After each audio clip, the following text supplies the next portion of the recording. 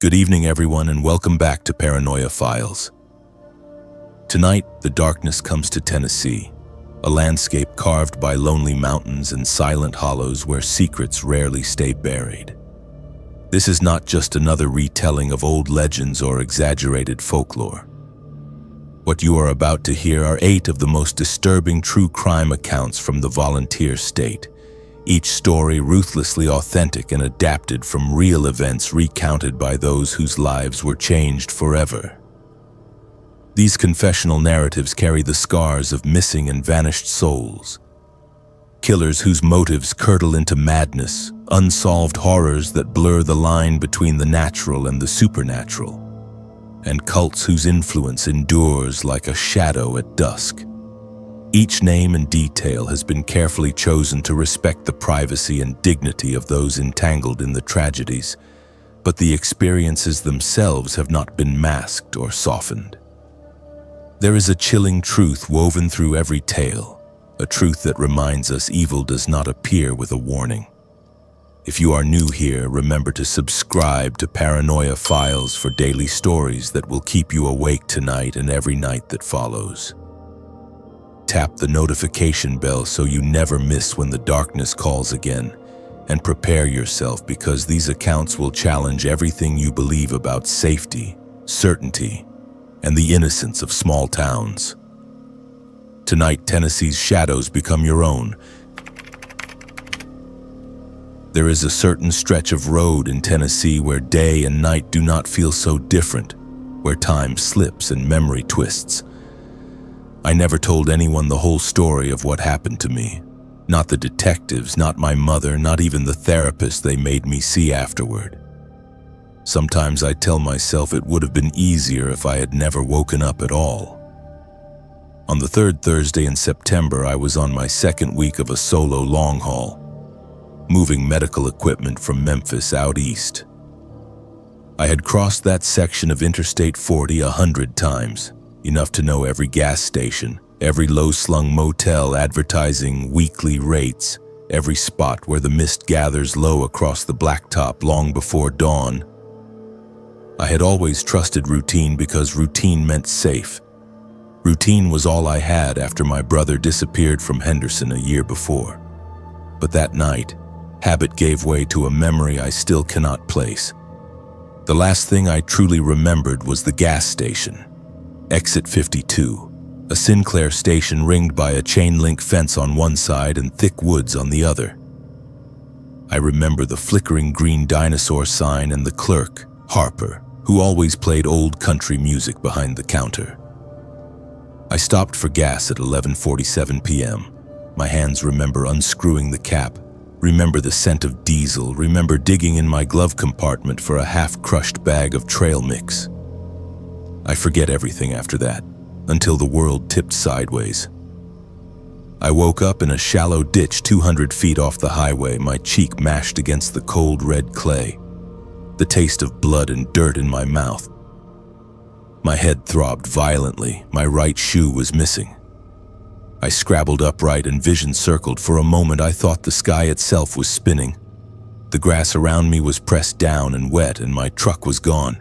My truck was gone. My phone lay yards away, screen shattered and dark, battery warm against my palm as if it had only recently gone dead. I will never forget the silence. There were no sounds but the stripe of the wind and the faint distant rumbling of semis on the interstate, not even crickets. I checked my watch. The hands were frozen at 12:16. My mind snatched at details. I remembered grabbing coffee, remembered getting a weird static shock from the fuel pump, remembered thinking how dark the station lot looked with only one working bulb by the ice chest. Beyond powerlessness, the immediate instinct was fear, not the normal fear of being alone at night, not the practical lived-in fear I knew as a woman on the road. This was something primordial, bigger than myself, the fear that something had gone terribly, irretrievably wrong and that no one would know where to look for me. After 30 staggering paces, broken glass in my sock, I saw my truck. It was idling at the edge of the service station lot, lights still on, driver's door flapping open. The windshield was fogged over on the inside, smeared with streaks that crisscrossed as if some wild animal had circled in confusion. With trembling hands, I crawled into the driver's seat. The faint chemical stink of windshield cleaner was sharp in my nose. The radio was still on, a talk show fading in and out, but the dial was off the channel I had set it to. I reached for my phone to call someone, anyone, but there was no signal and the screen would not respond. When I looked down, I saw the first symbol. It was carved into the soft plastic of the dashboard, right above the air vent between my seat and the glove compartment. 3 interlocked triangles, shapes gouged with a box cutter or something sharper. My mouth went dry. I scraped my finger along the marks, flinched when splinters caught beneath my nail. My first thought was that someone had gotten into my truck. Someone had been inside with me. Panic made me gag. Blood had dried on the base of my neck. My seat smelled faintly of sweat and something metallic. Every nerve in my body felt scrambled, as if I had walked through a field of invisible wires. I started the engine and drove away from exit 52, driving blind, heart banging so hard against my chest I nearly veered into the shoulder twice. Everything familiar felt hostile, every reflective sign a warning I could not interpret. By the time the adrenaline wore off, dawn was threatening the sky, and I made it to the next well-lit gas station, 3 exits east. There, beneath the grating fluorescent glare, I finally checked my phone for the time. It was close to 7:30 a.m. I had lost almost 8 hours. I called the sheriff's office from the payphone inside. The deputy, young, unconcerned, asked if I wanted to file a report. I told him what I could. I stopped for gas, blacked out, woke up in the woods. My truck had strange marks I did not remember. He asked if I had a history of seizures or blackouts. My hands shook hard as I denied it. He took my name and barely wrote a note. It was not a crime, he said, not unless I had evidence. It was probably exhaustion, probably nothing. But I knew. I drove home to Nashville, vision darting from mirror to mirror, expecting every moment to see headlights trailing me or a face pressed to the rear window. Instead, there was only exhaustion, chilling emptiness that followed me into my apartment and clung to my sheets that night. The next morning, I checked my phone for photos, texts, anything from that missing stretch of hours. Among the hundreds of images I had saved from other hauls was a series I did not remember taking. 3 dark photos.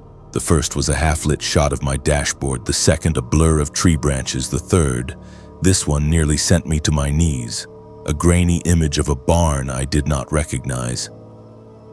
The metadata said it had been taken at 3:29 a.m. I zoomed into the photo.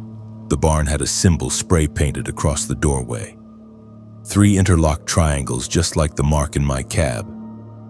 There was a single light burning inside the structure, even though the windows looked smashed out. The wood was gray and eaten with time. I drove the county roads north of I-40 for weeks searching for that barn. Sometimes sleeping in my truck, sometimes not sleeping at all. I haunted message boards for missing persons, for unsolved crimes, for people describing lost time in Tennessee near exit 52. I found 2 messages from a year before, both from truckers describing waking up near that same intersection, both reporting similar faint scars on their arms or necks, and both removed soon after posting. One user was named J. Carter 92. His last post read, "Do not stop at 52 after midnight. If you see the lights, drive on. They are not for you." I went back to the Sinclair. Harper greeted me the same as always, but there was something new in her eyes. Pity maybe, or fear. When I asked about the night I had lost, she got cagey, said she never saw me come into the store at all. The security camera, she said, was broken again, always breaking. When I walked out to my truck, I checked the dash for new marks. There were none, But that night, sleep brought new images to me. A barn with no doors, a chanting in the trees, the feeling of being watched by something that had no face. Weeks later, drawn by a compulsion that made less sense with each passing day, I found the barn.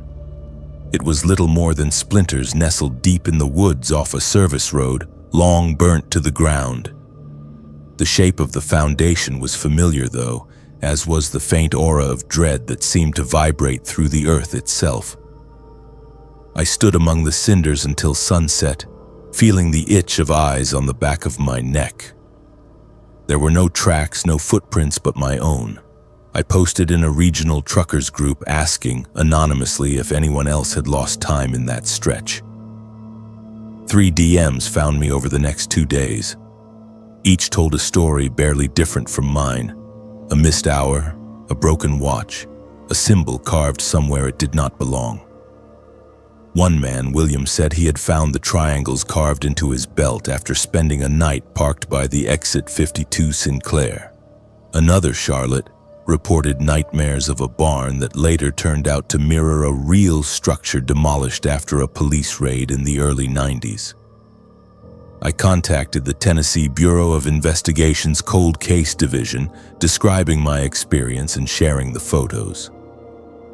The agent I spoke with, Foster, took down my statement but was non-committal. People go missing all over the highways. Sometimes the road just swallows them up, he said. If you did not see who did it, we cannot investigate ghosts.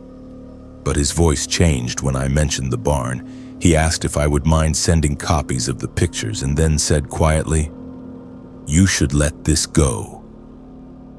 It is easy to let go of something when it did not leave a mark, but for weeks after I found myself checking surfaces compulsively. Bathroom mirror fog, condensation on glass, the paint in my apartment, the mud on my shoes. For those, 3 triangles. I began to withdraw, worried that something had come with me. Sometimes my phone would flicker violently at 3:29 a.m.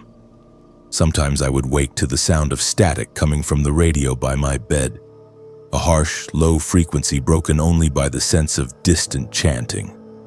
Once I saw a familiar dirt-caked pair of boots outside my front door, but by the time I got there, the prints had already vanished. I stopped working the night shift. I started sleeping with the windows locked and the lights on, which only made it harder to rest. My mother told me to see a therapist, so I did, but the words all felt false. When I tried to explain, the therapist's eyes grew guarded, lips pressed tight as he made notes. "Unresolved trauma," he wrote. "Possible dissociation." I recognized the look. It was the same look the deputy had given me, the same look Harper had, the same one I would see in the mirror some mornings when I caught my own glance reflected and nearly mistook myself for a stranger. News of other disappearances along that stretch continued, vague and always unresolved. A house painter heading to Knoxville left his van at the Sinclair and was never seen again. A teenage runaway from Arkansas last pinged her location at exit 52. Her shoes and phone found abandoned, screen cracked, no trace beyond. Sometimes I wondered if they too woke in cold dirt, or if they simply never woke at all. The worst part was not the night itself, but its aftermath. The fissure that seemed to open between myself and the rest of the world, a place where words and chronology no longer fit what had happened. When they tried to give answers, exhaustion, drugs, hypoglycemia, even fugue state, I nodded, but I knew the truth was deeper, wilder, older than any medical textbook. I took to driving side roads, never highways, always keeping a full tank, never letting the GPS guide me. These little rituals brought some faint security, but with each passing year, Tennessee felt less like home and more like a maze I had to map from scratch each morning. Sometimes I saw the barn again, in headlights on back roads, in the glare of my rear view, in dreams that left the taste of clay and blood in my mouth. Other victims never had the chance to tell what happened. Their stories keep slipping out between the cracks, in brief police reports, in strange forms, in every missing person flyer posted at truck stops. If you find yourself tempted to stop at exit 52 after midnight, listen to your instincts above all else. Not every kind of darkness is the same, but some kinds never let you go at all. These days, I keep a search alert on my phone for news about that area, for new missing cases, for the rare report of someone found alive. I want closure. I want to believe that what happened to me was singular, explicable. But sometimes deep down, I wonder if I was simply lucky. If whatever stalks that lonely stretch is merely patient. And if the next lost time will be the last memory I ever have. I worked the graveyard shift at a 24-hour convenience store in Memphis down on Elvis Presley Boulevard, where the tourists never wandered and the locals knew better than to linger after dark. The job was supposed to be simple: stock shelves, ring up cigarettes, watch surveillance footage of an empty parking lot, and stay awake until sunrise. It paid minimum wage and came with fluorescent migraines, but it was steady work, and I needed steady after losing my construction job in January. On March 14th, the phone behind the counter rang at 3:33 a.m., and when I answered, the voice on the other end knew things about me that nobody should have known. The store was dead that night. I mean truly dead. No customers since midnight, no headlights sweeping the lot, nothing but the hum of the coolers and the occasional buzz from the failing neon sign out front. I had been restocking the candy aisle, mindlessly arranging Snickers bars in neat rows when the landline rang. We did not get calls on the landline. Nobody called the store. Customers used their cells if they needed directions or had complaints. The manager used his cell. Even the district supervisor used email. I stared at the phone for 3 rings before I picked it up, more out of curiosity than duty. "Twice blessed convenience, this is James," I said, using the store's ridiculous name with the same flat tone I always did. Silence. Not dead air, but breathing. Slow, deliberate, the kind of breath you take before speaking something important. "Hello?" I tried again, irritation creeping into my voice. Then the voice came through low and careful, almost tender. "You still think about her, do not you?" My stomach clenched. "Who is this?" "Your sister, Naomi. You still think about what you could have done differently." The world tilted. I gripped the counter to steady myself. Naomi had been dead for 6 years. She drowned in a hotel pool in Little Rock during a family vacation, and I was the one who found her. I was 17. She was 12. Nobody outside my immediate family knew the details, and even they did not talk about it anymore. It was buried, a wound we pretended had healed. "Who the hell is this?" My voice cracked. "You were supposed to watch her that day. You were supposed to stay by the pool, but you went inside to play video games in the lobby, and when you came back, she was floating face down in the shallow end." My knees buckled. I sank onto the stool behind the register, phone pressed so hard against my ear it hurt. "How do you know that?" "You have not forgiven yourself. You wake up sometimes at night thinking you hear her calling for you, but it is just the wind or a siren passing by. You moved to Memphis to get away from the house where she used to live, but you brought her with you anyway." I could not breathe.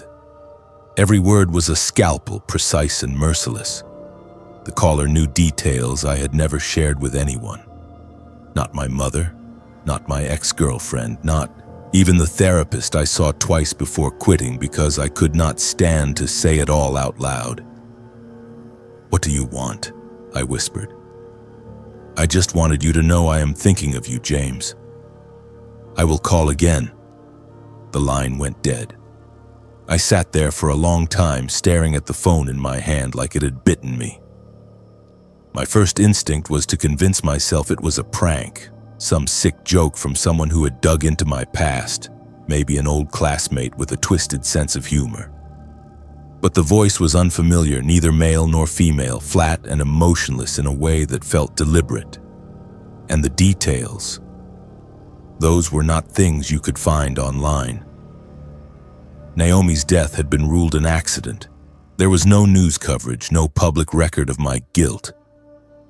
I tried to shake it off. I finished my shift in a haze, barely registering the lone customer who came in at 5 a.m. for coffee and lottery tickets. When my replacement showed up at 6, I left without a word and drove home, hands shaking on the steering wheel. I did not sleep that day.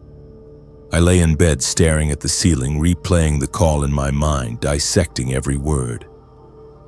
By the time my next shift rolled around, I had almost convinced myself it would not happen again. But at 3:33 a.m. the phone rang.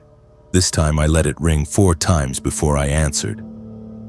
Twice, blessed convenience. This is James.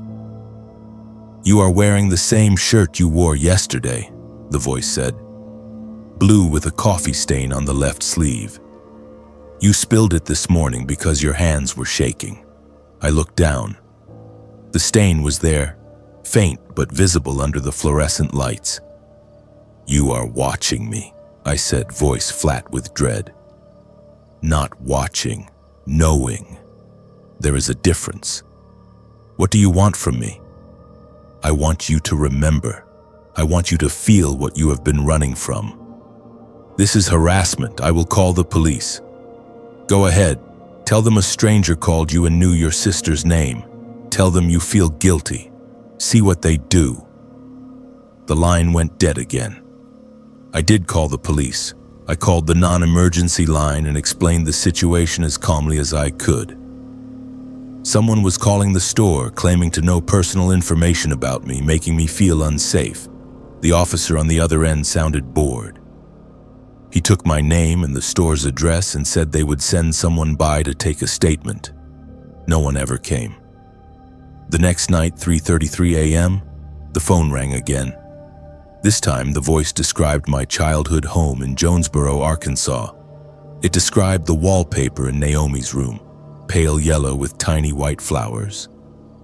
It described the stuffed rabbit she slept with, the one I had thrown away after she died because I could not stand to look at it.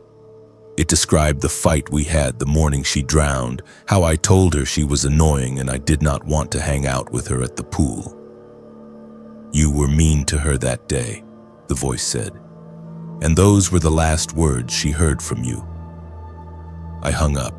My hands were shaking so badly I knocked over a display of beef jerky.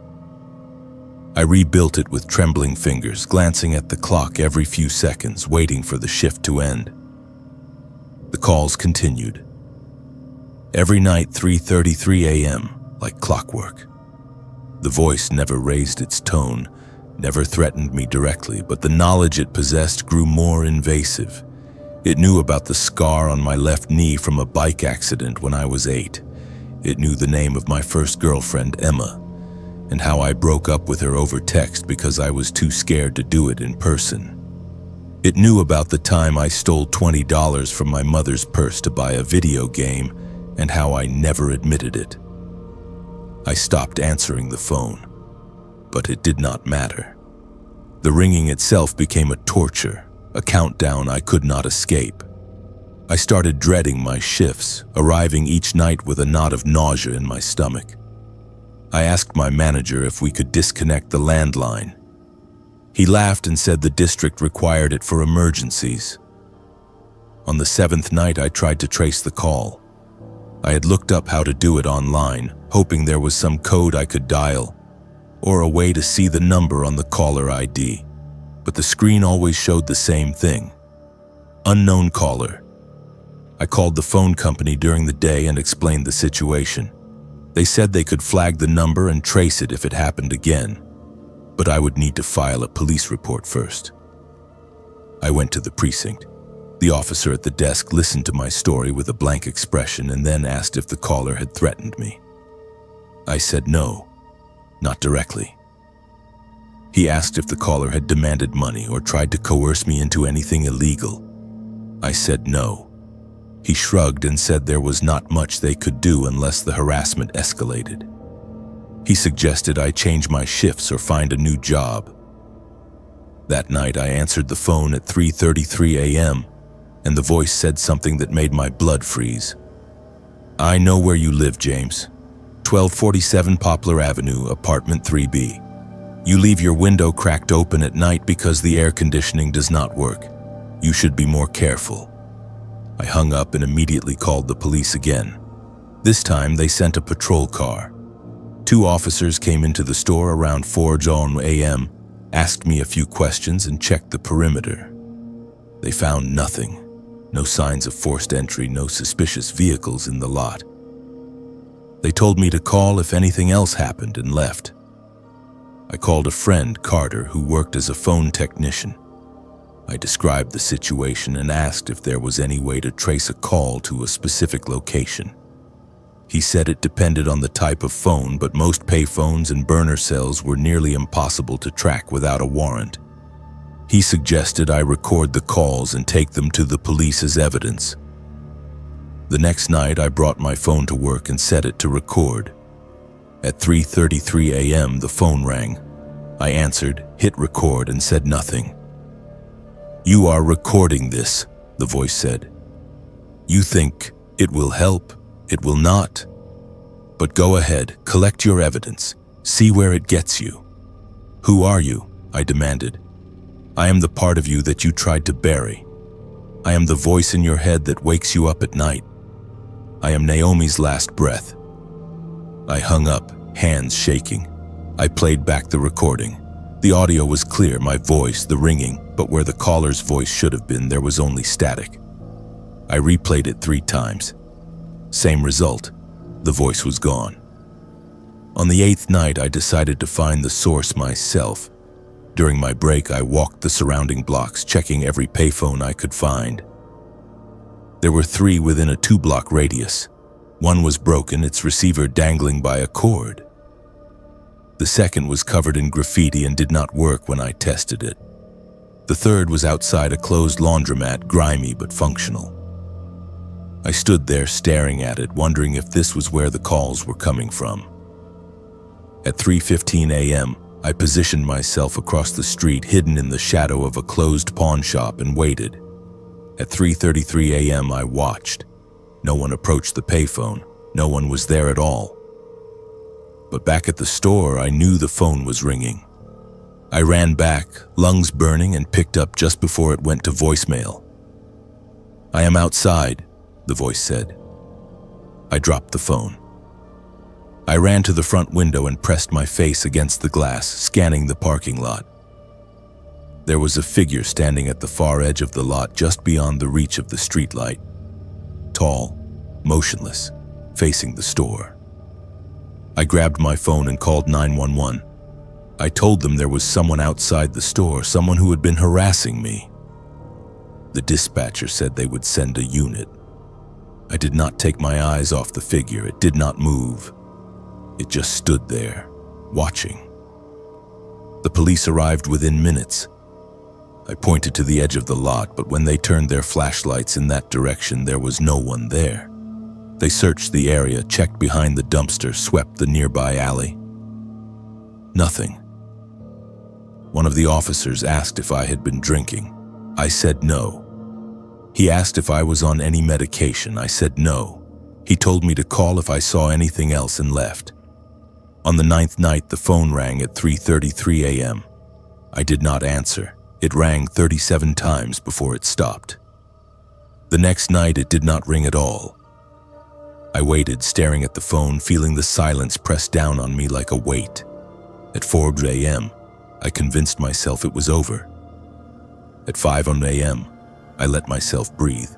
But at 6 a.m., as I was closing out the register, my personal cell phone buzzed.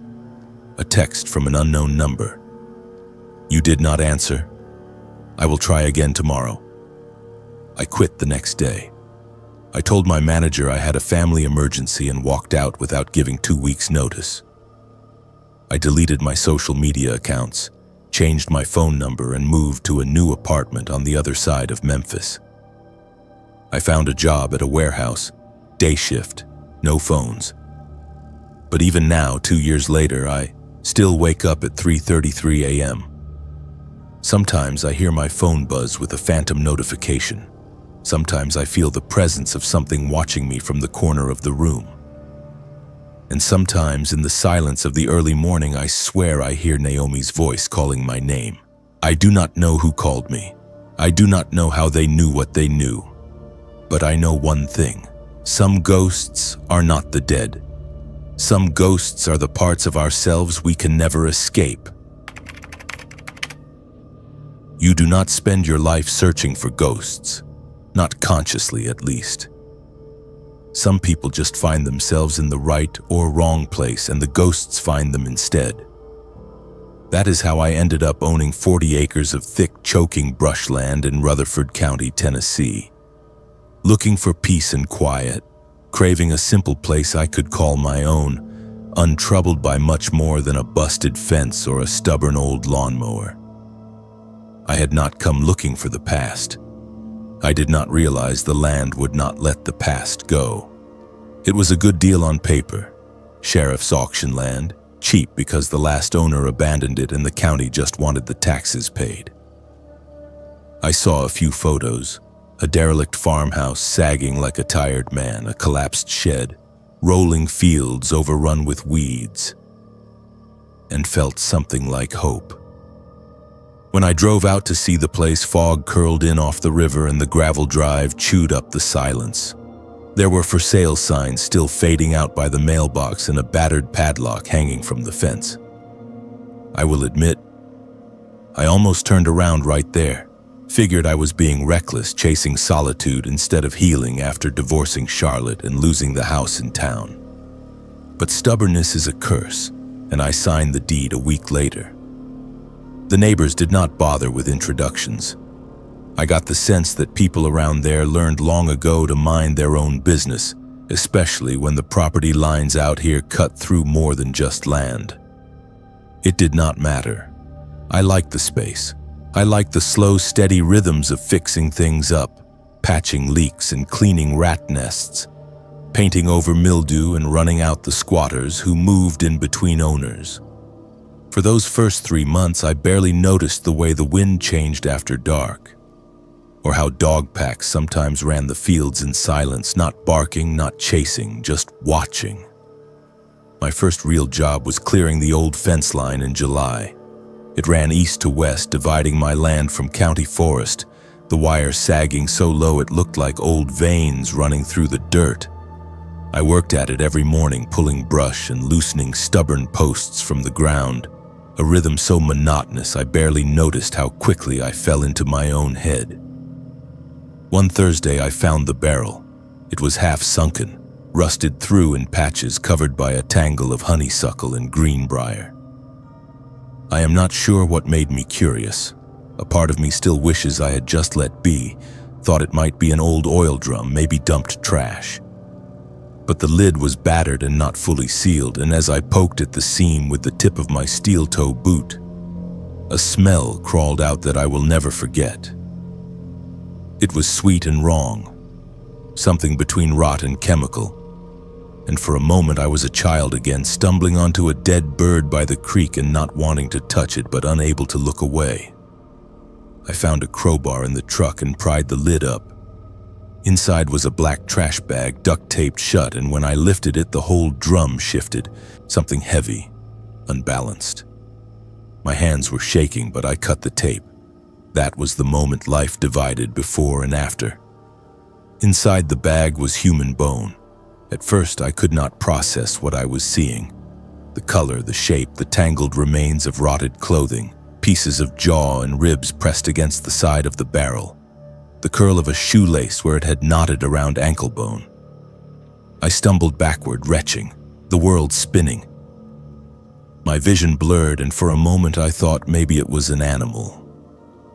Maybe a large dog or a deer, maybe a bad joke, but the teeth were unmistakable, human. I do not remember dialing the sheriff's number. I remember watching my hands shake and the slow realization that I had walked over this ground a dozen times, feet away from what now felt like a grave. The officers arrived quickly, too quickly for comfort, considering how far the drive was from town. Their faces turned stone at the smell. They put up yellow tape, radioed for more support, set to searching the immediate line. I sat in the bed of my truck, numb, and tried to answer questions that barely made sense. When did you buy this land? Have you found anything else? Has anyone approached you? Did you know the previous owner personally? They found another barrel just 40 yards down the line, almost swallowed by a willow sapling. The same. Duct tape, black plastic, rotten fragments. Another skeleton, this one smaller, maybe a young adult. I heard the deputy mutter to the detective, "God help us, it is another one."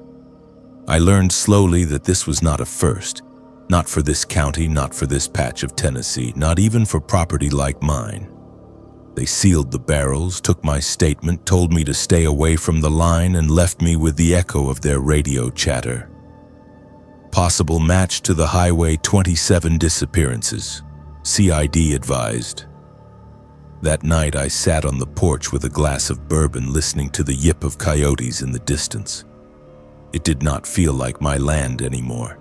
I felt like a trespasser in someone else's story, a story that had gone unfinished for too long.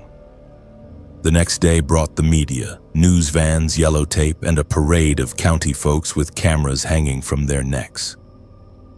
The story broke fast. Remains found in Rutherford, possible serial case.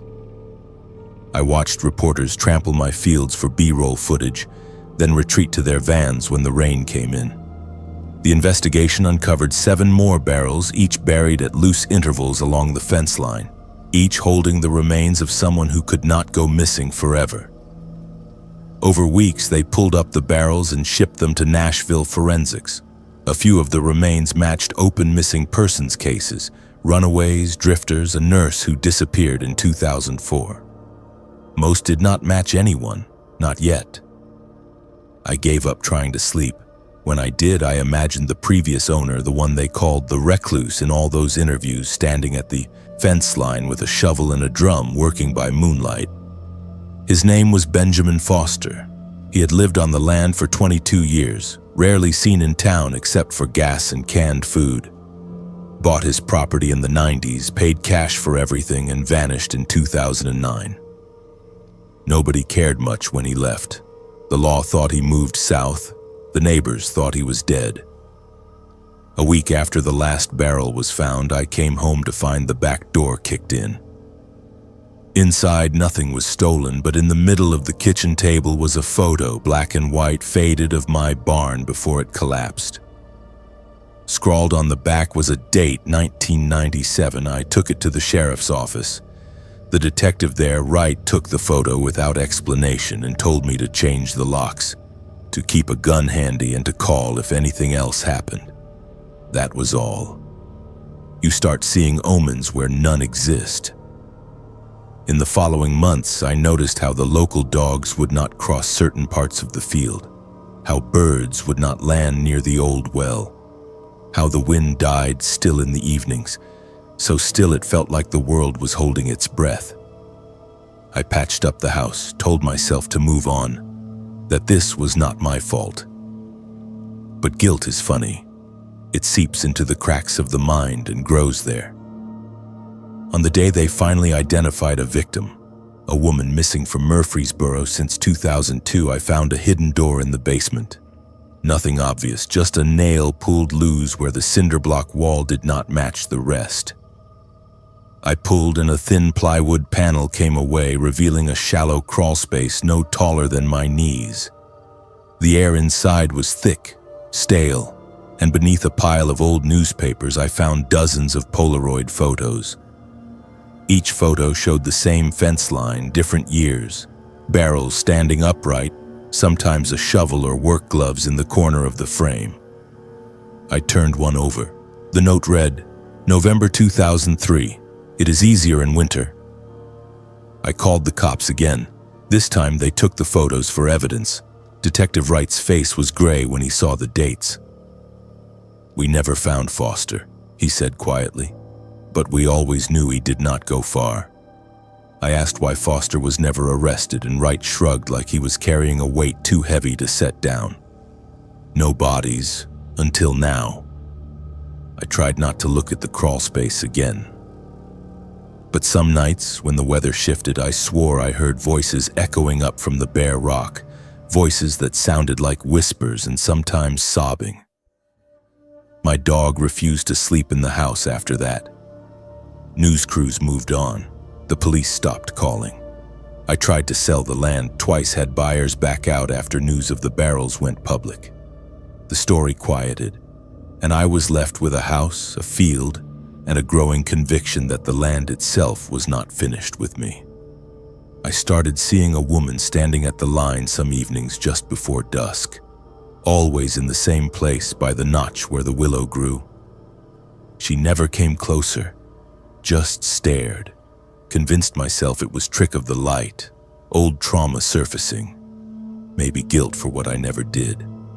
But one night I walked to the spot with a flashlight and found a new set of footprints in the old mud, bare feet, not mine.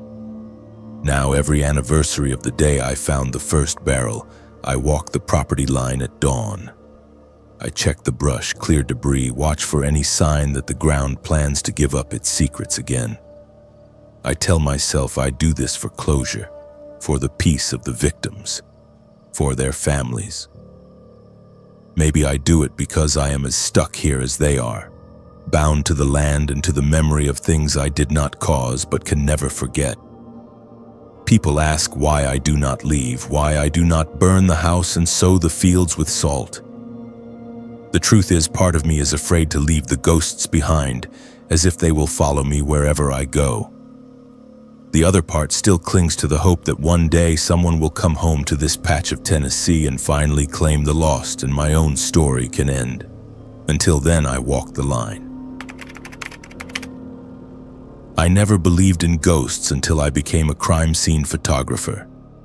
You would think that the things you see working in evidence, brutal, sometimes senseless, always messy, would make you harder to scare. Maybe I was for a while. There are only so many ways to photograph blood on linoleum, fragments of bone in the woods, a child's shoe half buried in river mud, before you either toughen around the rot or you let it hollow you out. I thought I was the first kind, honestly. That was until October in Knox County and the farmhouse on Chalk Ridge Road. I used to roll my eyes at the old stories, the tales the deputies swapped at the end of a long shift, Appalachian boogeymen, howling women looking for their lost children, the Bell Witch roaming the northern fields. The kind of stories every small town keeps in their back pocket to remind you that some boundaries were not meant to be pushed. Some places were left alone for a reason. My parents used to tell me the reason so few people moved to the edges of these forests was not the bugs, or the poverty, or the winding, washed-out roads, but the fact that the woods themselves have rules. That fall, the woods wanted to tell me something I was too tired to hear. The call came on a Saturday just after the first cold snap, when the leaves had turned rust red and slate-gray clouds hung heavy over the ridgeline. I was finishing paperwork at the station when the radio crackled. Unattended death, possible homicide, officers already at the scene. Need photos for evidence. I groaned, checked my camera bag, and rolled out in my battered late-model Corolla, cursing under my breath at the drive. The Chalk Ridge farmhouse had stood empty for more than 2 decades, local kids using it for dares, party spots, or summer camping trips they never quite enjoyed. The house hunched at the end of an overgrown lane, all the windows broken but one, the porch sinking into the clay with every rain. When I arrived, the only things moving were the wind and the official vehicles up on blocks. Harper was the first to greet me. "You'll want gloves," she said, grimacing, "and keep your nose closed. The air's been sour since we got here." She was new, only 2 years out of the academy, a transplant from the city still not used to how quiet real woods can be. I nodded and made my way up the porch. Inside, the world contracted to the beam of my flashlight. Spring mattress skeletons rotted in what had once been a bedroom, newspaper shreds curling in the corners. In the main room, I found the body, a woman, late 30s maybe, what was left of her. She lay on a tattered rug, dressed in layers of outdated clothes, her hair tangled in a mat against her skull. The ME knelt beside her, already muttering observations. Definitive time since death, 24-36 hours. Defensive wounds, ligature marks, possible struggle. I moved in, framing the shots, noting the angles, making sure to document the windows, the doors, the blood trail that smeared toward the kitchen and died against the back wall. Routine. The smell was worse than usual. Different, sour and cold, almost metallic like pennies left in water. But that was normal too. Death clings differently in the country. The first strange thing I noticed was the chill. Most old houses are cold inside once the wood rots and the insulation turns to dust. But this cold seemed to breathe. The way standing in front of an open freezer lets the air crawl across your skin, deliberate and creeping. I shivered and kept working. I took 51 photographs that day.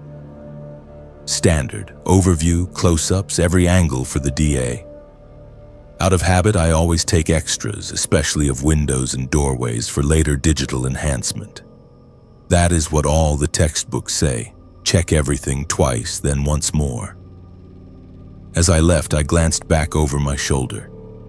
The upstairs window, unbroken, stood open just a crack. For a moment, I thought I saw, no, felt, a presence, the sense of someone standing behind the glass just out of sight. But when I raised my camera and took a test shot, there was nothing there. Just the glint of dying light and warped reflections. Back at the station, I spent the evening transferring card images to my work laptop, annotating, cross-referencing the times with the responding officers' reports. It was late, well past midnight, when I noticed something off about the shots of the upstairs window. In 3 separate frames, each taken less than 5 seconds apart, there was a shape in the glass. The outline of a woman, dark hair, face turned half away, limbs as indistinct as smoke. But present, unmistakably human, unmistakably there. My hand hovered over the trackpad, pulse thrumming. I zoomed in as far as digital artifacts would let me. Each frame, each slight shift in the fading daylight through the grime. The woman remained, her mouth open as if calling out an ache beneath her silent glare. I flipped through every photo before and after, searching for any hint, any motion, any reflective trick or artifact. Nothing. The figure did not exist outside those 3 shots, just as the last golden light was dying on the farmhouse. In the morning, I brought the laptop to the evidence locker, found Wright, my supervisor, and showed him the screen. He squinted, looked closer, and then shook his head. "Light flare," he said, "or maybe a smear on the lens. House has a reputation for weirdness. You know the Bell Witch stories." I wanted to believe him, wanted to dismiss my own gut. But I made a copy just in case. 2 days later, I had to return. Follow-up, they said. Another body had been found, this one small, animal maybe, or a child once. Unearthed by dogs near the barn.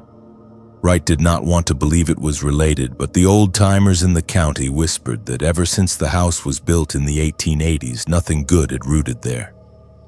I went out alone at dawn, dew silvering, every blade of grass quiet except the distant trill of woodpeckers, and once, a fox crossing the lane. The sky was flat, the air thick and wet. Inside the house, the temperature had dropped lower, as if the sun outside had been filtered by something unkind. I revisited the window. This time, dust had coated the outer panes. I drew my gloved finger across and surprised myself. Behind the dust on the inside were trails, as though a hand pressed against the glass and dragged downward. 5 fingers, the smudge of a palm. Nothing unusual, I told myself, but the handprint was smaller than mine. Female or perhaps a child. I took another photo, this time with my phone, and the flash reflected back at me, distorting the outlines, making the hand seem even smaller. Cleaning out the corner, I found a small doll, its head missing, the yarn hair nearly gone. Someone had placed it on the windowsill facing outside. I bagged it for evidence. The officers outside were working near the barn, pacing the line where animals sometimes unearthed old stones or bones. The men avoided eye contact with me, a handful standing by their vehicles, hands in pockets. "Let us know if you find anything in the crawl space," one called, and I shivered.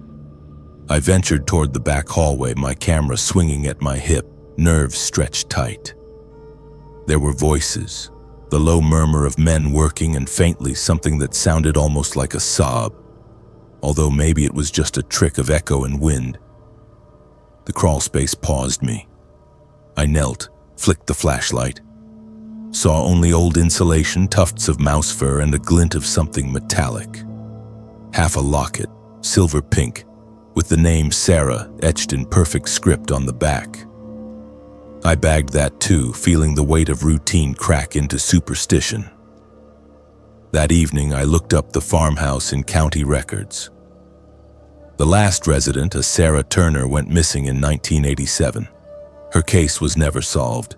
She was 21, last seen at a church picnic. Police searched everywhere until rumors started that she had run away to Nashville, or joined someone on the road, or gotten herself killed for something she saw she shouldn't have. But locals said Sarah was always at the house. The stories varied. Some claimed her mother, a devout woman, heard her singing upstairs weeks after she vanished. Others said you could see her reflection in the windows when the moon was right and the world was quiet. For a week, I did not sleep well. I dreamed of standing at a window, calling out for help, knowing I would not be heard. Feeling the presence of someone out there looking back at me. I tried to dismiss it as nerves or maybe guilt. The third time I went back, it was to collect environmental samples.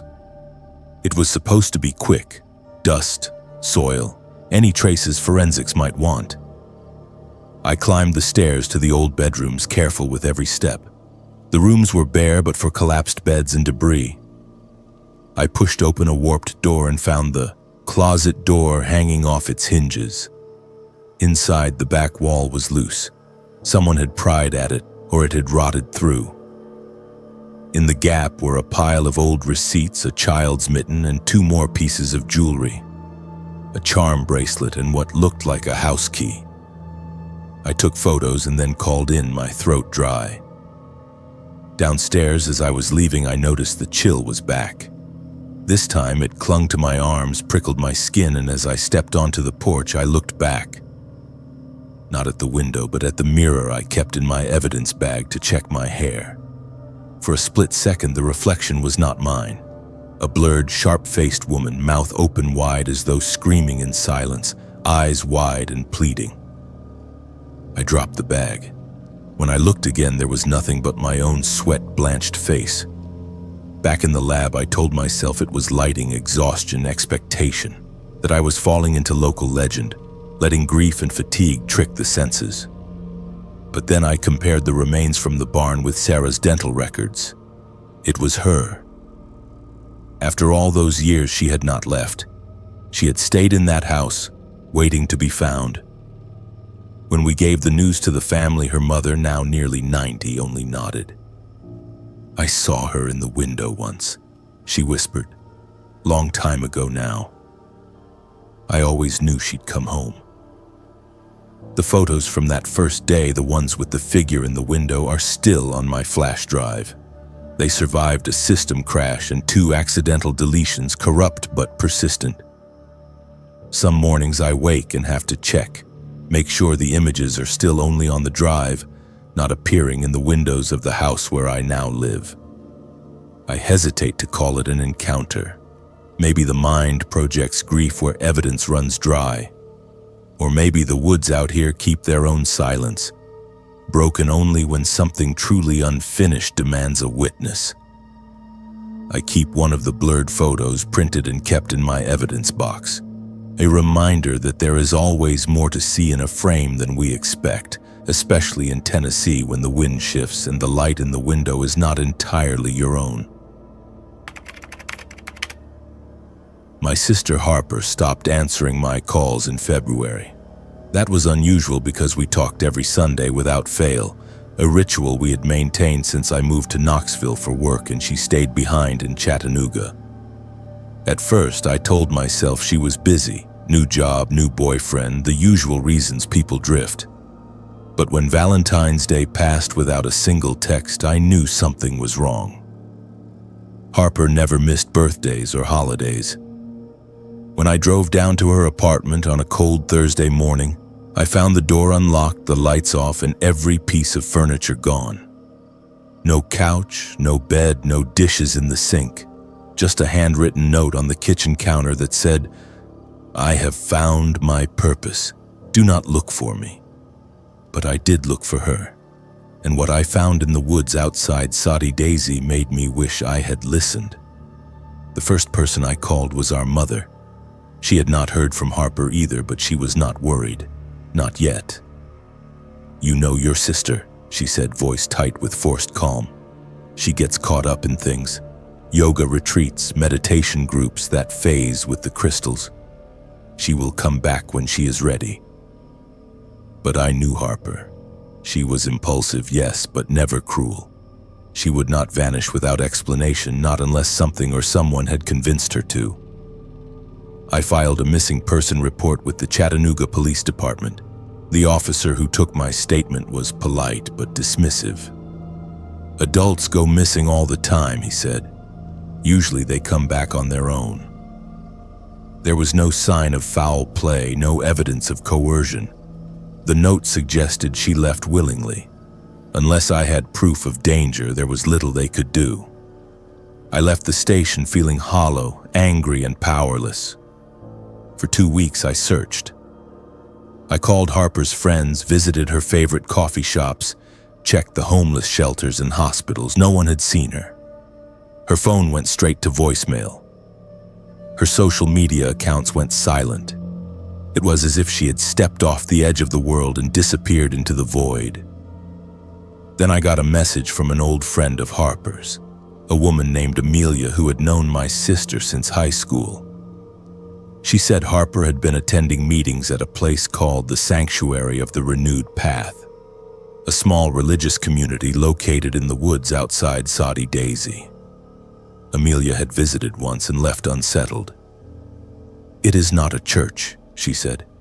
"It is something else, and the man who runs it, Benjamin, he has a way of talking that makes you feel like you are the only person in the world." Harper was completely taken in.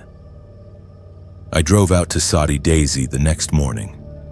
The address Amelia gave me led to a gravel road that wound deep into the forest, past crumbling barns and faded no trespassing signs.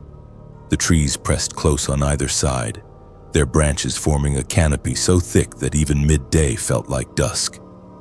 After 20 minutes of driving, I came to a clearing.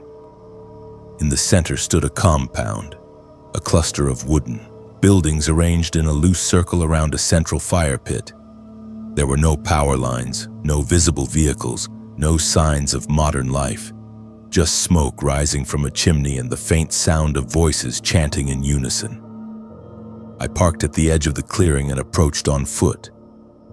A man emerged from the largest building, tall and lean with graying hair pulled back in a ponytail, and eyes that seemed to see straight through me. He wore simple clothes, canvas pants, a white shirt, worn boots, and carried himself with a calm authority that made me uneasy. "You are looking for someone," he said. It was not a question. "My sister, Harper. I was told she might be here." He smiled, the kind of smile that does not reach the eyes. "Harper is here. She is well. She is finding herself. I want to see her." "She does not want to see you, not yet. She is in a delicate stage of her journey. Outside influences can disrupt the process." I felt anger rising in my chest. "She is my sister. I have a right to see her." "You have no rights here," Benjamin said, voice still calm but with an edge now. "This is sacred ground. Harper came here of her own free will. She stays of her own free will. If you attempt to force her to leave, you will only push her further away." Before I could respond, Harper appeared in the doorway behind him. For a moment, I barely recognized her. She had lost weight, too much weight. Her hair was longer, unwashed, hanging in tangles around her face. Her eyes were hollow, distant, as if she were looking at me from a great depth. She wore the same simple clothes as the others, and on her left wrist was a thin scar, fresh and red. "Harper," I said, stepping forward. She did not move. "William, you should not be here. I came to bring you home. This is my home now. I have found something you will never understand. What have they done to you?" Benjamin placed a hand on Harper's shoulder and she flinched. Just slightly, but I saw it. "She has been purified," he said. "She has shed the weight of her past sins. She is becoming whole." I wanted to grab her, to pull her away, but something in her eyes stopped me. She was not being held against her will. She believed. Whatever Benjamin had told her, whatever he had promised, she had accepted it completely. "Harper, please," I said, voice breaking. "Mom is worried. I am worried. Just come home for a few days. We can talk about this." "There is nothing to talk about," she said. "I have made my choice." Benjamin smiled again. "You are welcome to join us, William. We welcome all who seek the truth. But if you are here only to disrupt, I must ask you to leave." I looked at Harper one last time, hoping to see some flicker of recognition, some sign that the sister I knew was still in there. But her expression was blank, serene, empty. I turned and walked back to my car, hands shaking with rage and helplessness. I did not give up. Over the next month, I returned to the compound 3 more times. Each time I was turned away at the edge of the clearing. Benjamin was always polite, always calm, but the message was clear: Harper was not leaving. On my 4th visit, I brought a friend, Carter, a former Marine who worked security, and we attempted to push past the perimeter. We were met by 6 men, all of them eerily calm, all of them bearing the same thin scars on their wrists. They did not threaten us, did not raise their voices. They simply stood in our way, silent and unmoving, until we left. Desperate, I contacted a cult deprogramming expert in Nashville. Her name was Lily, and she had spent 20 years helping families extract loved ones from manipulative religious groups. She agreed to meet with me and review what I knew. After listening to my story, she sighed. "This is a classic pattern," she said. "Isolation, control, rituals that reinforce dependency. The scarring suggests initiation rites, physical pain to solidify psychological bonding.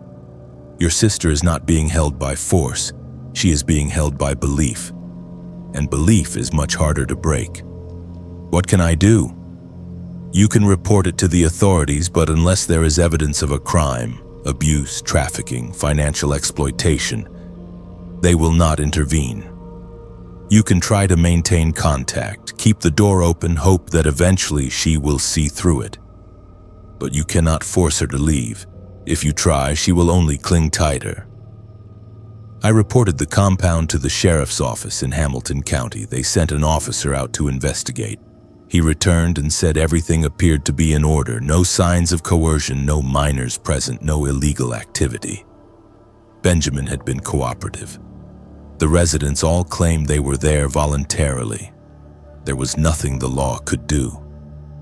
Months passed. I sent letters to Harper, left voicemails that went unanswered. I hired a private investigator to dig into Benjamin's background. What we found was disturbing but not illegal. His real name was Benjamin Foster.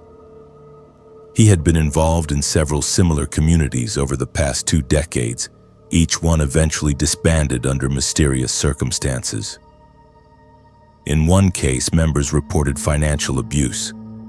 In another, a young woman died under unclear circumstances, though no charges were ever filed. Benjamin moved on each time, starting fresh, gathering new followers. The investigator also uncovered something else. The sanctuary preached a doctrine called purification through sacrifice. Members were required to give up all worldly possessions, sever ties with family, and undergo rituals that involved fasting, sleep deprivation, and self-inflicted scarring. The goal, according to former members, was to strip away the ego and achieve a state of perfect surrender. Those who resisted were ostracized. Those who complied were praised and elevated within the group. I confronted Benjamin one last time. I drove to the compound at dawn when the air was still cold and the fog clung to the trees. I found him alone, tending the fire in the central pit. I did not waste time with pleasantries. "I know what you are doing," I said. "I know about the other groups. I know about the woman who died."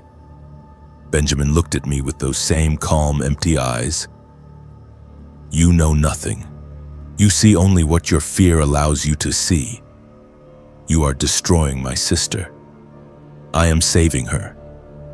She came to me broken, lost, searching for meaning in a world that offers none. I gave her purpose. I gave her a family. You want to take that away because it threatens your own sense of control. This is not about control. This is about her safety. She is safer here than she ever was in your world. Here she is loved. Here she is valued. Here she belongs." I wanted to hit him. I wanted to burn the place to the ground. But I knew it would not help. So I left. A year later, the authorities finally raided the compound. An anonymous tip reported abuse, and when officers arrived, they found evidence of financial fraud and coercion. Benjamin was arrested and the residents were dispersed. Harper was among them. She was taken to a hospital for evaluation, malnourished and disoriented. I was called to pick her up.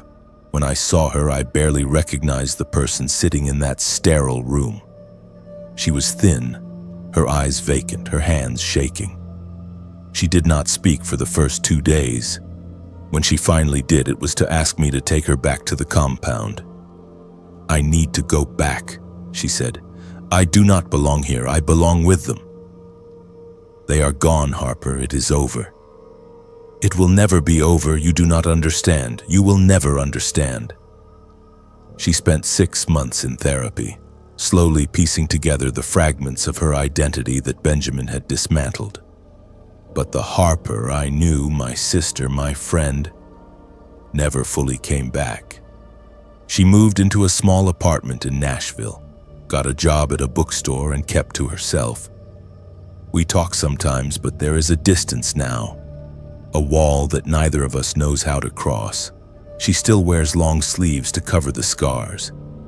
She still flinches when someone touches her shoulder. And sometimes late at night I hear her whispering prayers I do not recognize to a God I do not know.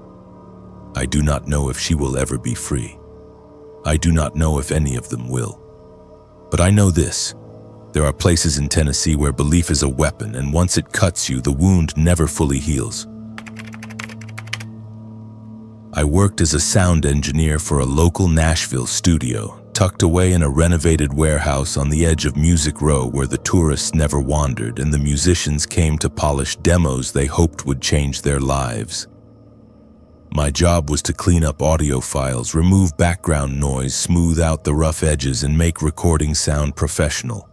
It was not glamorous work, but it was steady. And after years of chasing gigs that paid in exposure and empty promises, steady felt like salvation. In April, a client brought in a cassette tape they found in their grandmother's attic. They wanted me to digitize it.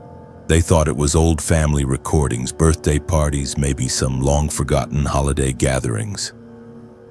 When I played it back, I heard something that made me call the police within 10 minutes. The client's name was Olivia. She was in her mid-30s, polite, with the kind of nervous energy that suggested she had too many things on her to-do list and not enough hours in the day. She handed me the cassette in a plastic grocery bag, apologized for the condition, and said her grandmother had passed away recently.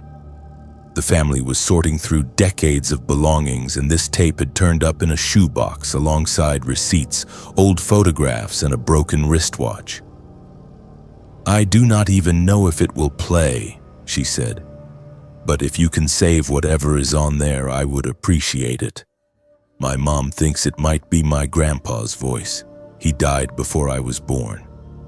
I told her I would do my best and charged her the standard rate. After she left, I set the tape aside and forgot about it for a few days. I had higher-paying jobs to finish first: a local band's EP, a podcast intro, a voiceover session for a regional commercial. But on a slow Thursday afternoon, I pulled the cassette from the shelf, loaded it into my old Tascam deck, and hit play. The tape hissed and crackled, the way old recordings do when the magnetic coating has started to degrade. I adjusted the levels, filtered out some of the noise, and leaned back in my chair, half expecting to hear a grandfather's voice wishing someone a happy birthday, or recounting a story from his youth. Instead, I heard two men talking. Their voices were low, deliberate, careful. The audio quality was poor, distant, as if the recording had been made in a large room or from across a space. But the words were clear enough. "You are sure about this?" the first voice said. "I am sure," the second replied. "He has been asking too many questions. He knows too much." "And you think this will solve the problem?"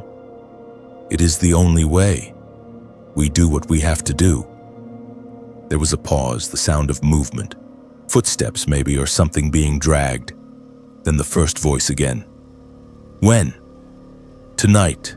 After midnight, the warehouse on 10th. No one will hear." Another pause, longer this time. Then a sound that made my blood freeze. A gunshot, sharp, unmistakable, followed by a scream that cut off, almost as soon as it began. Then silence, not dead air, but the kind of silence that follows violence, heavy and suffocating. I sat frozen, headphones still pressed to my ears, heart hammering in my chest. I rewound the tape and played it again. The conversation, the gunshot, the scream, all of it was still there. This was not a prank. This was not a radio drama. This was real. I called the police. The officer who answered took my information and said someone would come by to take a statement. 2 hours later, a detective named Carter arrived at the studio. He was in his 50s, gray around the temples, with the kind of tired eyes that suggested he had seen too much and believed too little. I played the tape for him. He listened in silence, his expression unreadable. When it finished, he leaned back in his chair and said, "Where did you get this?" I explained about Olivia, about the grandmother, about the shoebox in the attic. He asked for Olivia's contact information, and I gave it to him. He took the tape, thanked me, and left. I did not hear from him again for 3 weeks. When he finally called, his voice was different, tighter, more urgent. "I need you to come down to the station," he said. "There is something we need to discuss." I went that afternoon. Carter met me in a small conference room, the tape sitting on the table between us. He explained that the audio had been analyzed by forensic specialists.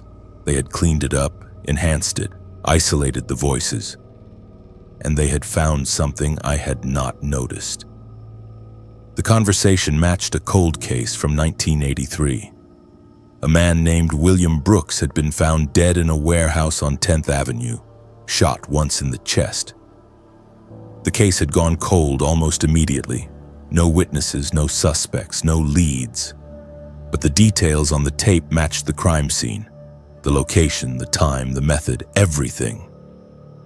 "We think this is a recording of the murder," Carter said, "or at least a recording made shortly before or after." "Do you know who the voices belong to?" I asked. He shook his head. "Not yet. We are running the audio through voice recognition software, comparing it to known criminals from that era. But it is a long shot. The quality is poor and we do not have much to work with. What about the grandmother? Maybe she knew something. We talked to the family. The grandmother's name was Lily. She passed away at 92. According to her children, she never mentioned the tape. They do not know how she got it or why she kept it. I left the station feeling unsettled. The tape had been sitting in a shoebox for 40 years, silent, waiting. And now it was speaking, but to what end? Over the next few weeks, I could not stop thinking about it. I pulled the digital files I had made and listened again, this time with fresh ears. I isolated frequencies, adjusted the EQ, tried to bring out details that had been buried under layers of noise, and that is when I heard it. A third voice. It was faint, almost imperceptible, buried beneath the static. A whisper, barely audible, repeating the same phrase over and over. "They are still here." I played it for Carter. He listened, frowned, and said, "I do not hear anything." "It is there," I insisted. "Right at the 2-minute mark, listen." He listened again, shook his head. Maybe it is interference, radio bleed, or something from another track. But I knew what I heard, and the more I listened, the more convinced I became that the whisper was not part of the original recording. It was something else, something that had been added, or something that had always been there waiting to be found. I started researching the warehouse on 10th Avenue. It had been demolished in the late 90s, replaced by a parking garage. But before that, it had been used by a trucking company, and before that, a textile factory. I dug through old newspaper archives looking for anything connected to the location. I found a brief article from 1982 about a fire at the warehouse, no injuries, minimal damage, and another from 1978 about a labor dispute that turned violent, resulting in several arrests. But nothing about William Brooks, nothing about the murder. I contacted the family again, asked if Lily had any connection to the warehouse, to 10th Avenue, to William Brooks. They said no. She had lived in East Nashville her entire life, worked as a secretary, never mentioned anything unusual. Then, a month after I first heard the tape, I received a letter. It was typed on plain white paper, no return address, postmarked from Memphis. It read, "Stop looking. You do not know what you are uncovering. Some things are meant to stay buried." I showed the letter to Carter.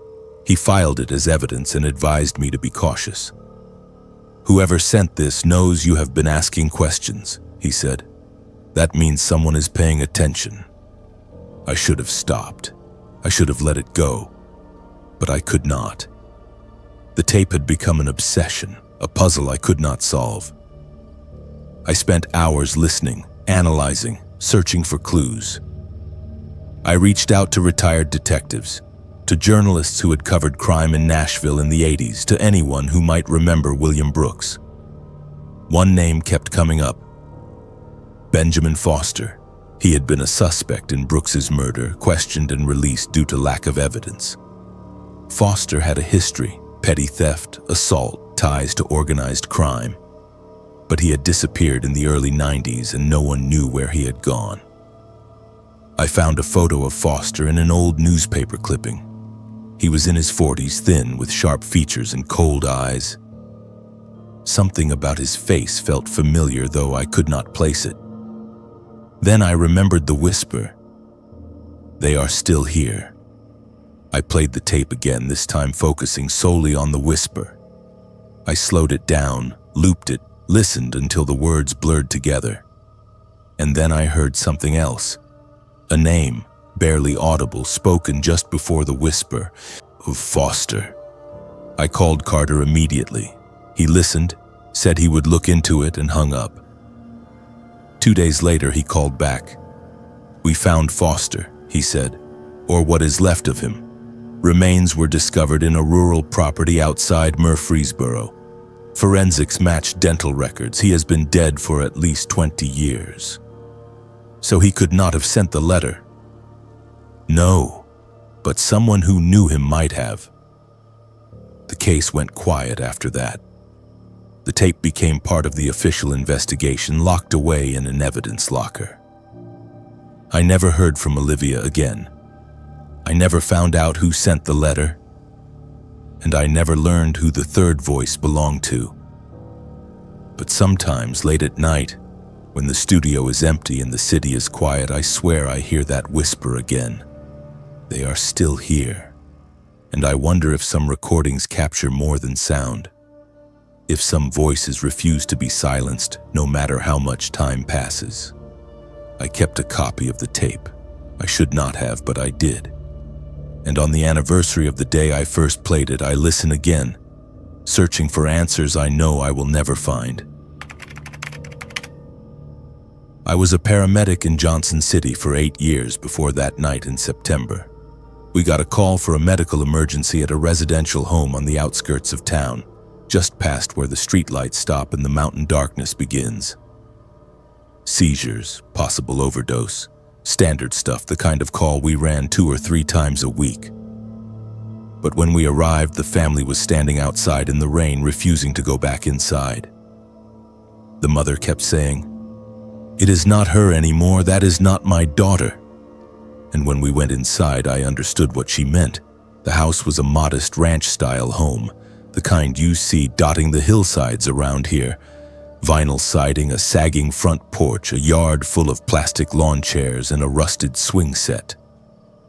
The family had called 911 at 9:47 p.m., and we arrived within 12 minutes. My partner that night was Wright, a veteran medic who had been running calls since before I was born. He had seen everything, or so he claimed.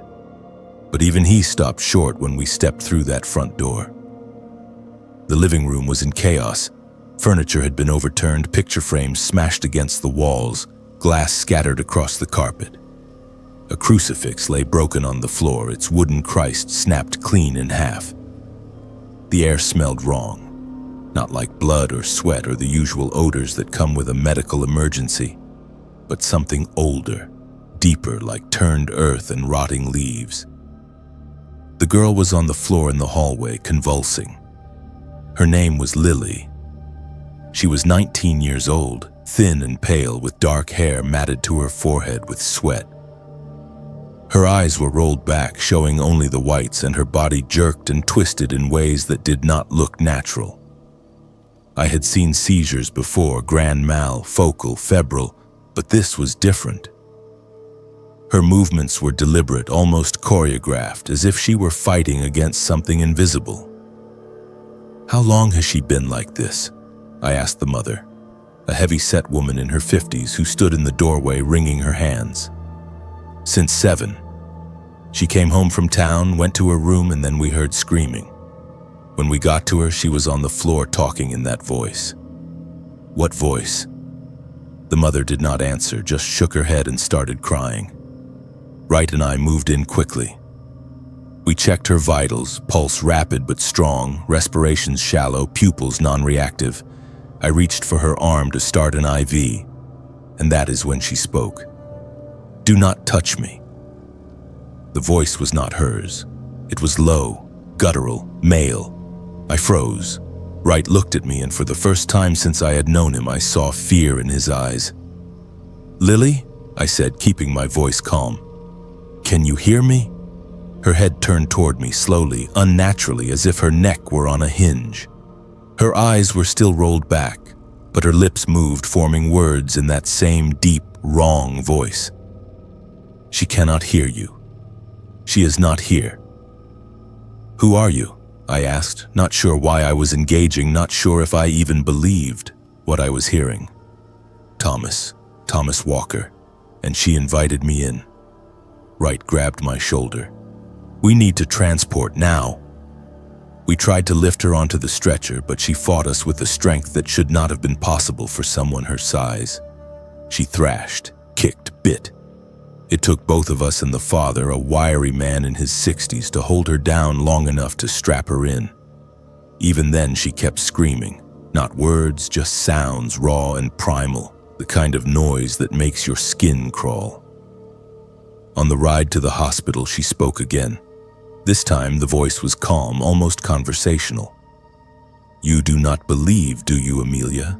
I froze. I had not told her my name. My name tag was on my jacket, but her eyes were still rolled back. She could not have seen it. "How do you know my name?"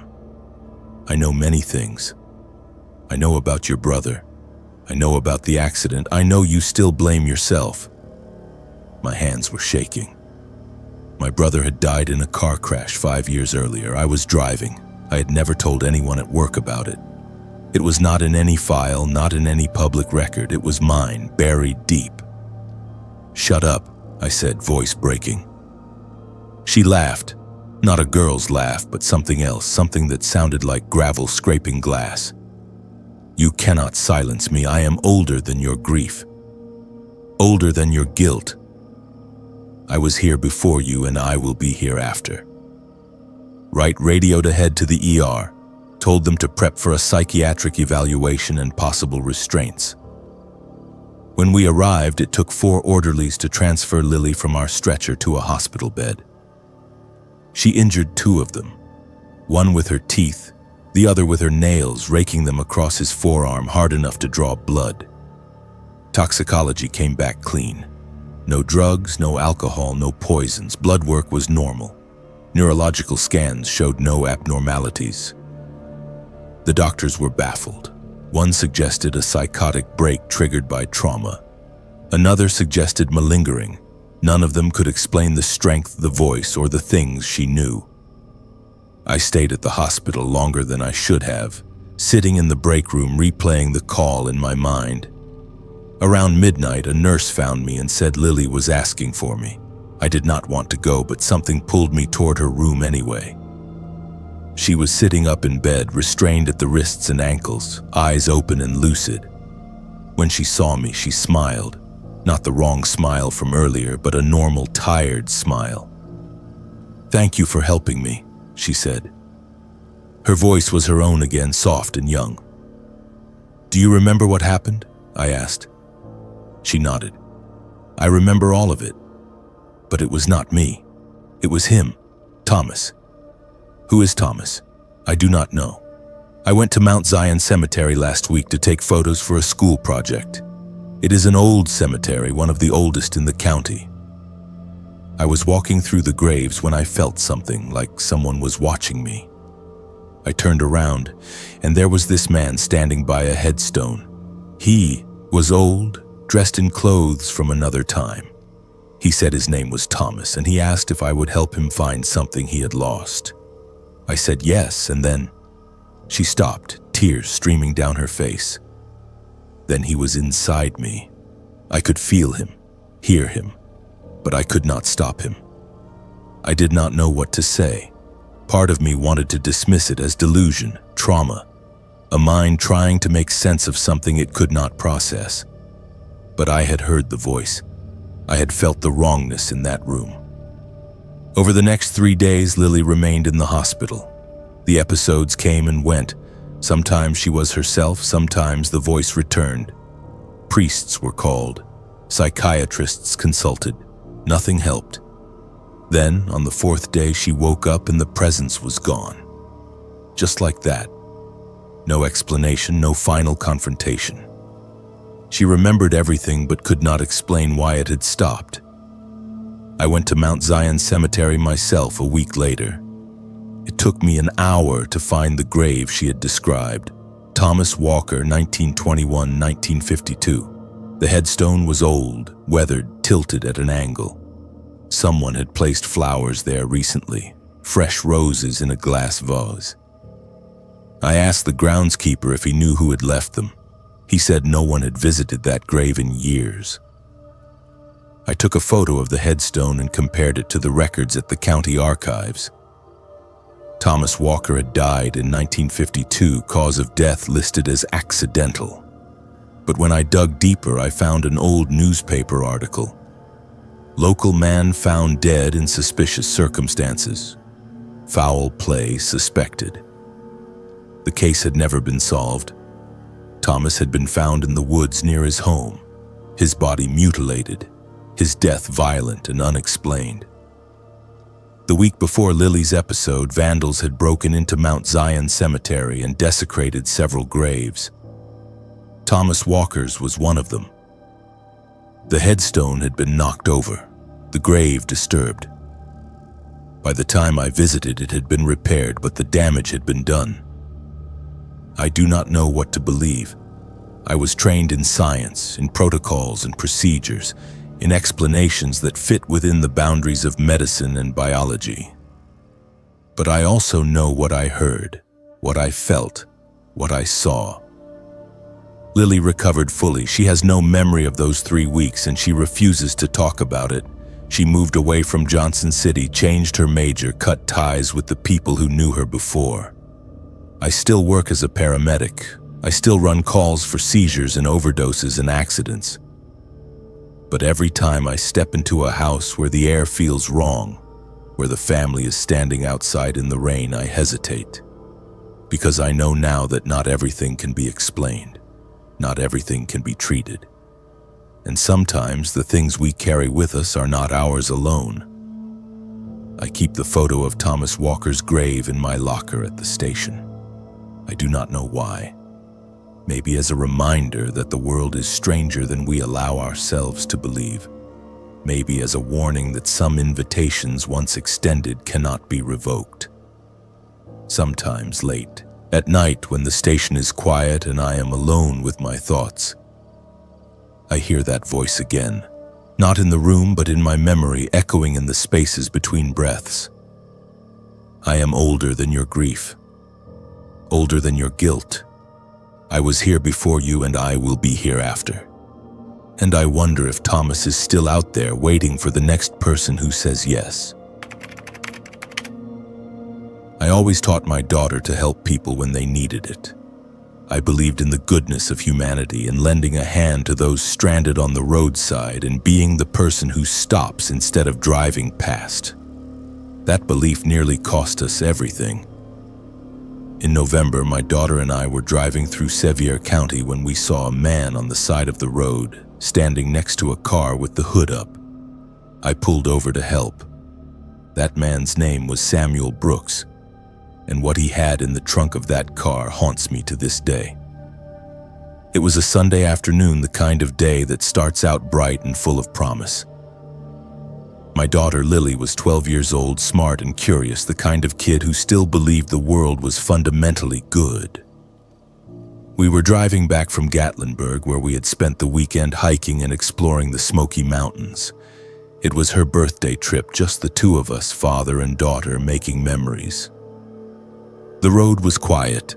Most of the tourists had already cleared out for the season, and the locals were hunkered down for the approaching winter. We were about 15 miles outside town when we saw him, a man in his 40s, standing beside a late-model sedan, hood propped open, one hand on his hip, the other waving tentatively as we approached. I slowed down. Lily looked at me, her expression uncertain. "Are we stopping?" she asked. "Of course," I said. "Someone needs help." I pulled onto the shoulder and put the car in park. The man walked toward us, smiling, his hands raised in a gesture of gratitude. He was thin, with graying hair and wire-rimmed glasses, dressed in khakis and a flannel shirt. He looked harmless, like a teacher, or an accountant, or someone's mild-mannered uncle. "Thank you for stopping," he said, his voice warm and relieved. "I do not know what is wrong with it. The engine just died." "Let me take a look," I said, stepping out of the car. I turned to Lily. "Stay here. Lock the doors." She nodded, and I heard the click of the locks as I walked toward the man's car. The hood was already open, and I leaned over to check the engine. I am not a mechanic, but I know the basics: battery connections, belts, fluid levels. Everything looked fine at first glance. I asked him to try starting it, and he climbed into the driver's seat. The engine turned over but would not catch. "Might be the fuel pump," I said. "Or a sensor. You will probably need a tow." He sighed, running a hand through his hair. "I do not have my phone. Left it at home. Is there any way you could give me a ride to the next town? I can call a tow from there." I hesitated. It was a reasonable request, but something about the situation felt off. I could not put my finger on it. Maybe it was the way his eyes kept darting toward my car, or the faint nervous energy that radiated from him despite his polite demeanor. "Sure," I said finally. "There is a gas station about 10 miles up. We can drop you there." "Thank you," he said, smiling again.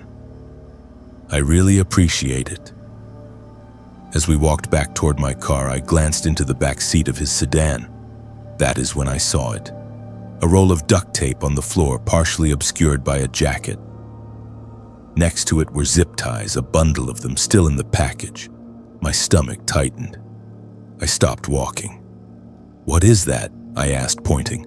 He followed my gaze and his expression shifted. Just for a second, just long enough for me to see the mask slip. Then the smile was back, wider now, too wide. "Oh, that," he said, laughing lightly. "I was helping a friend move some furniture. You know how it is." I did not believe him. Every instinct I had was screaming at me to get back in my car and leave. But before I could move, he stepped closer, his hand reaching into his jacket. "Do not make this difficult," he said, his voice low and flat now, all the warmth gone. "Just get in your car and drive. I will sit in the back with your daughter. If you do what I say, nobody gets hurt." My blood turned to ice. I saw the outline of something in his jacket. A gun, maybe, or a knife. I saw Lily in the car looking at me through the window, her face confused and worried. And I made a decision. I lunged at him. It was not a plan, not a calculated move. It was pure adrenaline, pure desperation. I grabbed his arm, twisted it behind his back, and slammed him against the side of his car. He struggled, but I had 50 pounds on him and rage on my side. He dropped whatever he was holding. It clattered to the ground, a small black handgun, and I kicked it away. Lily was screaming now, pounding on the window. I yelled at her to stay in the car, to not open the door, to call 911. I do not know if she heard me over the sound of her own panic. The man fought back harder than I expected. He twisted out of my grip and threw a wild punch that caught me in the jaw. I stumbled, vision blurring, and he scrambled for the gun. I tackled him before he could reach it, driving him into the gravel. We struggled, grappling, both of us breathing hard, both of us desperate. Then I heard the siren. A patrol car came around the bend, lights flashing, and screeched to a stop. An officer jumped out, gun drawn, shouting at both of us to get on the ground. I rolled off the man, hands raised, gasping for air. The officer moved in quickly, cuffing the man and securing the gun. "He tried to take my daughter," I said, voice shaking. "He has duct tape and zip ties in his car. Check the trunk." The officer looked at me, then at the car, then back at the man on the ground. He called for backup and moved toward the trunk. He popped it open and stepped back, hand instinctively moving to his holster. "Jesus Christ," he muttered. I did not want to look. Part of me knew that whatever was in that trunk would change everything, would confirm the nightmare I had almost walked into. But I looked anyway. Inside were photos. Dozens of them spread across the bottom of the trunk, pinned to the sides. Photos of women, young, smiling, alive. And beneath the photos, carefully organized in plastic bins, were tools. More duct tape, more zip ties, a hunting knife, a taser, a bottle of chloroform. There was also a map marked with red circles at various points along Interstate 40 and Highway 411. The officer radioed for detectives and a forensics team. Within 20 minutes, the scene was swarming with law enforcement. The man was taken into custody, silent now, staring at the ground. I gave my statement, recounting every detail. The broken-down car, the duct tape, the gun, the struggle. Lily gave hers too, sobbing into my shoulder as a victim advocate tried to calm her. The detectives identified the man as Samuel Brooks. He was already a suspect in 4 disappearances across Tennessee and Kentucky, women who had vanished from rest stops and gas stations, last seen getting into a car with a man matching his description. The photos in his trunk matched 3 of the missing women. The 4th was still being verified. At the trial 6 months later, the prosecutors laid out the case in horrifying detail. Brooks had been operating for at least 3 years, targeting women who were traveling alone, offering help or asking for it, then abducting them. The map in his trunk showed burial sites, most of which were still being excavated. The final count was 7 confirmed victims, with 2 more suspected. I testified. Lily did not have to. The prosecutor said her presence at the scene was enough.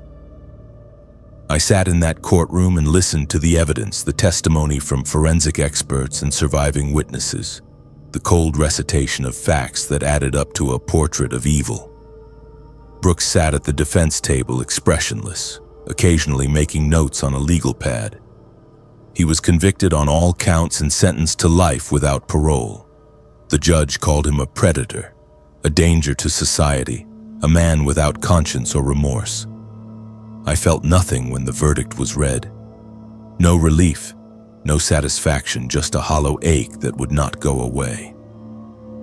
Lily stopped sleeping through the night. She had nightmares, vivid, terrifying dreams where the man broke into our house, where I was not there to stop him, where she was the one in the trunk. She refused to get in the car for weeks. When she finally did, she sat in the back seat with her knees pulled to her chest, staring out the window, silent. We went to therapy, family sessions, individual sessions, trauma-focused cognitive behavioral therapy. The therapist said Lily was experiencing post-traumatic stress, that it would take time, that healing was not linear. She gave us coping strategies, breathing exercises, grounding techniques. Some of them helped, most of them did not. A year later, Lily still flinches when someone approaches the car. She does not talk to strangers anymore, does not make eye contact, does not trust easily. She stopped believing in the goodness of humanity, and I cannot blame her. I taught her to help people, and it almost killed her. I struggle with guilt. Every night I replay the moment in my mind, the decision to pull over, the walk to his car, the duct tape in the back seat. I think about what would have happened if I had not seen it, if I had let him into my car, if the police had not arrived when they did. I think about the women in those photos, the ones who did not get a second chance. Sometimes I drive past the spot where it happened. The road looks the same, quiet, unremarkable, just another stretch of Tennessee highway. But I see it differently now. I see the danger that hides in plain sight, the predators who wear the mask of normalcy, the thin line between safety and horror. Lily is 16 now. She is doing better, still in therapy, still working through it, but better. She talks about college, about leaving Tennessee, about starting over somewhere new. I support her. I will support whatever she needs, but I will never forgive myself for what I put her through. I will never forget the look in Brooks's eyes when the mask slipped, the cold calculation, the predatory focus. And I will never stop wondering how many others like him are out there, waiting by the side of the road, hoping someone kind will stop. I do not stop anymore. I drive past broken down cars, past people waving for help, past every roadside emergency I see. I call 911 and report it, let someone else handle it. Lily watches me do this, and I know she understands. She learned the same lesson I did. Kindness can be a weapon and trust can be fatal.